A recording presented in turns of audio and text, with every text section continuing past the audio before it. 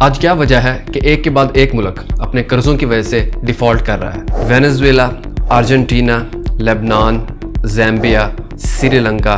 گانا، بیلاروس اور یہاں تک کہ پاکستان بھی اس قرضوں کی دلدل میں پھنسا ہوا ہے اور اپنے بجٹ کا آدھے سے زیادہ حصہ صرف اس قرضوں کی ادائیگی میں دیتا ہے۔ 2022 میں G20 کنٹریز بالی کانفرنس کے موقع پر ان قرضوں کو لے کر پریشان ہے کہ کہیں ایسا نہ ہو کہ تمام ملک ڈیفالٹ کر جائیں اور ان کے قرضے ڈوب جائیں۔ اور یہ سن کر آپ حیران ہوں گے کہ دنیا میں جتنے بھی اوورال بزنسز ہیں ان کا انالیسز کریں تو وہ تمام ادارے جو قرضوں کا کاروبار کرتے ہیں جیسے بینکس اور فائنانس کے ادارے وہ سب سے زیادہ پروفٹ جنریٹ کرتے ہیں، اور اس کے مقابلے میں پروڈکشن اور انڈسٹریل سیکٹر چاہے وہ زراعت، سٹیل، کیمیکل، انجینئرنگ یا کنسٹرکشن ریلیٹڈ ہوں سب سے کم پروفٹ جنریٹ کرنے والے سیکٹر ہیں۔ اس پورے پیسے کے کاروبار کو جس نے قرضوں کی شکل میں پوری دنیا کو اپنے لپٹ میں لیا ہوا ہے، جس کی وجہ سے ایک کے بعد ایک ملک ڈیفالٹ کر رہا ہے، اس کو سمجھنے کے لیے ہمیں اکنامکس کو سمجھنا بہت ضروری ہے کہ اس پیسے یعنی کرنسی کا کیا رول ہے اکنامکس میں۔ اکنامکس کوئی آج کی پیداوار نہیں ہے، کیونکہ جب سے انسانی سوسائٹیز بنی ہیں اکنامک سسٹم اس وقت سے چلا آ رہا ہے۔ اکنامک گریک زبان کے لفظ اوئیکونوموس سے نکلا ہے۔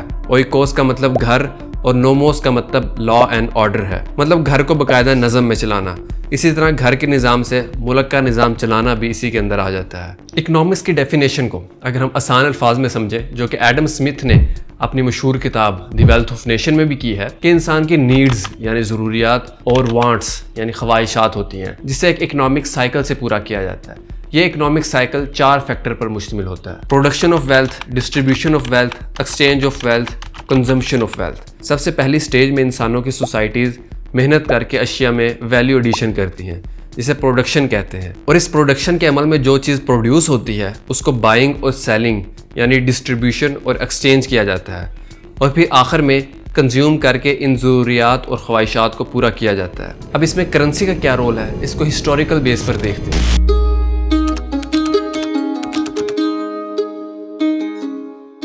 3000 BCE تقریباً آج سے 5000 سال پہلے بارٹر سسٹم تھا کہ لوگ اپنی ضرورت کو پورا کرنے کے لیے ایک چیز کے بدلے دوسری چیز کا تبادلہ کرتے تھے، یعنی جنس کے بدلے جنس کا تبادلہ، جیسے گندم کے بدلے چاول، چاول کے بدلے کوئی جانور۔ لیکن اس میں ایک بڑی خرابی تھی کہ ایک شخص نے گندم پیدا کی اور دوسرے شخص نے محنت کر کے کپڑے یا جوتے تیار کیے، اور تیسرے شخص نے اپنی محنت سے ایک گائے کو پال کر بڑا کیا۔ مطلب ہر ایک نے اپنی سطح پر محنت سے ایک ویلیو ایڈیشن کی ہے۔ اب جس کے پاس گائے ہیں اس نے کھانے کے لیے گندم اور پہننے کے لیے کپڑے خریدنے ہیں، تو یہ پوسیبل نہیں تھا کہ وہ گائے کی ایک ٹانگ کاٹ کر گندم خریدے اور دوسری ٹانگ کاٹ کر کپڑے خریدے۔ تو اس مسئلے کو حل کرنے کے لیے اس وقت یہ سوچا گیا کہ درمیان میں کوئی ایسی چیز ہونی چاہیے جس کو ان چیزوں کی خرید و فروخت کے لیے میڈیم یعنی پلیس ہولڈر آف ویلیو کے طور پر استعمال کیا جا سکے۔ تو اس کے بعد مختلف تجربے کیے گئے۔ لوہے، تانبے اور کانسی جیسی دھاتوں کو اس کی مضبوطی کی وجہ سے ایک ویلیو الاٹ کی گئی، جو کہ اوزاروں اور ہتھیاروں کی شکل میں ہوتے تھے، جس کو استعمال کرتے ہوئے تجارت کی جاتی۔